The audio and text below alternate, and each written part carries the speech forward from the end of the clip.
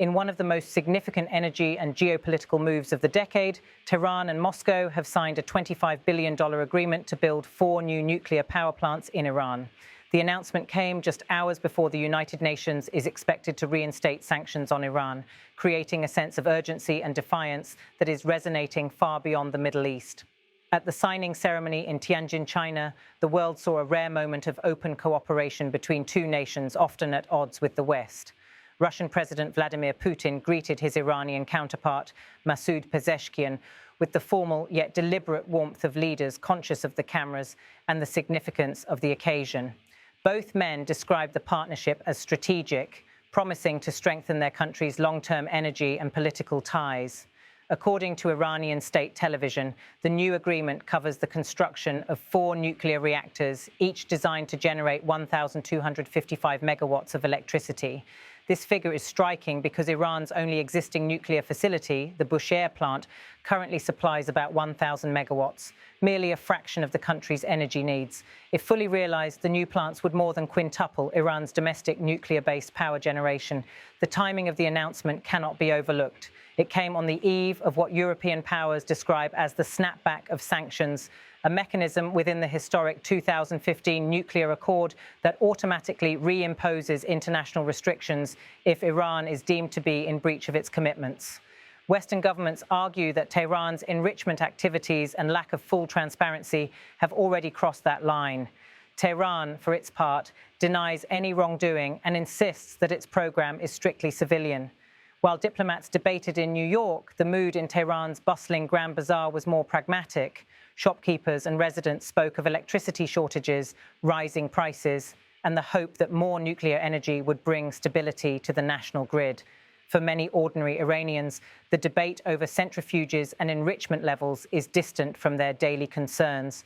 What matters is reliable, affordable power in a country with scorching summers and a growing urban population. This energy debate has a long and turbulent history. When the Joint Comprehensive Plan of Action, or JCPOA, was signed in 2015, it was hailed as a breakthrough, a trade-off in which Iran agreed to curb its nuclear activities in exchange for relief from crippling sanctions. But the compromise proved fragile. In 2018, the United States withdrew unilaterally, accusing Tehran of concealing weapons-related research. That decision, taken under then-President Donald Trump, unleashed a chain reaction. Iran began to breach the limits set by the deal, expanding uranium enrichment while European powers struggled to keep the agreement alive. Efforts to revive the JCPOA dragged on for years, with intermittent talks in Vienna and other capitals. There were moments of hope, but also deep mistrust. By mid-2025, some progress was visible, until the crisis deepened dramatically in June of that year, when Israel launched a series of airstrikes on Iranian facilities, alleging imminent threats from Iranian-backed militias. Iran retaliated, leading to a 12-day conflict that drew in US military support for Israeli strikes. That short but intense war not only set back regional security, but also derailed delicate negotiations between Washington and Tehran. Against that backdrop, the new Iran-Russia deal is seen by many analysts as both an energy investment and a geopolitical signal. By announcing it just before the reimposition of UN sanctions, Tehran has signaled that it will neither bow to Western pressure nor halt its nuclear ambitions. Ambitions, it says, are peaceful. For Moscow, the deal strengthens an alliance at a time when it faces its own isolation due to the ongoing war in Ukraine. Western capitals reacted swiftly and warily. European leaders called the deal provocative and warned it could further erode the global non-proliferation regime. Officials in Washington echoed those concerns, with one senior State Department figure saying, "The path Iran is choosing raises profound risks for regional and international security." Israeli authorities went further, alleging that the project would shorten what they call Iran's breakout time to a potential nuclear weapon, a claim Iran has repeatedly denied. In Tehran, officials maintain that nuclear energy is essential for development. A government spokesperson stated on national television, "Our focus is energy security and sustainable development, not weapons." These plants will help us power our industries, our cities, and our future. The statement resonates with many Iranians who face frequent blackouts and believe that expanding civilian nuclear capacity is a matter of national pride as well as practical need. Experts, however, caution that the line between civilian and military nuclear technology can be thin if oversight is weak. International Atomic Energy Agency inspectors have often complained about limited access to certain sites in Iran, fueling suspicions abroad. Analysts say the success of this new project will depend not only on engineering and financing, but also on transparency and cooperation with global watchdogs. For Russia, the project represents more than an economic opportunity. State nuclear company Rosatom will supply key technology, construction expertise, and fuel services, embedding Moscow more deeply into Iran's energy infrastructure for decades to come. Some experts describe the agreement as part of a broader Russian strategy to pivot toward non-Western partners, establishing what they see as an alternative energy and security axis in the Middle East. Meanwhile, the prospect of renewed sanctions looms. The so-called snapback could restrict Iran's access to international finance and technology just as it embarks on this massive project. But the partnership with Russia may offer Tehran a partial shield, allowing it to move forward despite Western disapproval.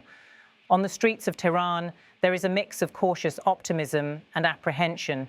Students interviewed by local outlets spoke of opportunities in science and engineering, hoping the nuclear sector would create jobs. Business owners wondered if closer ties with Russia might bring economic relief or instead provoke harsher Western measures. For families enduring power cuts in the heat of summer, the politics often feel distant. The hope is simply for stable electricity. At the United Nations in New York, diplomats debate next steps. Some argue that without new negotiations, the Middle East risks entering another cycle of confrontation. Others say that by deepening ties with Moscow and expanding its nuclear program, Iran has already crossed a threshold that makes future talks far more difficult. Energy analysts also point to environmental and economic implications. Nuclear energy, while reducing carbon emissions compared to fossil fuels, requires substantial investment, long-term safety commitments, and secure waste management, all challenges for a country under sanctions. The question of who will finance, ensure, and oversee these projects remains open. As the sun sets over Tehran's skyline, the contrast is stark. Inside government offices, officials speak of progress and sovereignty. In the city's historic markets, traders worry about the rising cost of goods. And in distant capitals, diplomats and security experts warn of new risks. The $25 billion pact thus becomes more than an infrastructure project. It is a symbol of shifting alliances, enduring suspicions, and the high stakes of Middle Eastern geopolitics. Whether the reactors eventually supply the electricity Iran's people hope for or become a flashpoint for another international crisis will depend on the choices made in the coming months by Tehran, by Moscow, and by the wider international community. For now, the deal stands as a reminder that the future of nuclear power in the region remains inseparable from the broader contest between diplomacy and confrontation.